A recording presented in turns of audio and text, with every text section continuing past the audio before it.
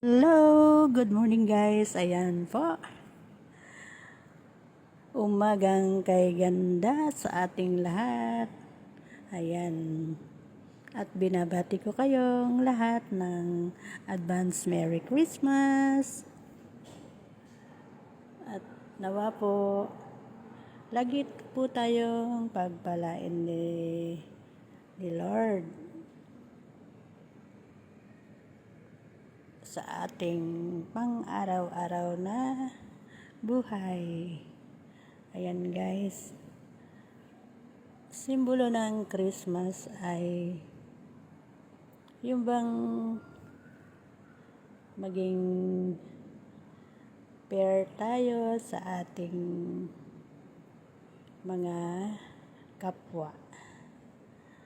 Sabi nga, give love on Christmas Day.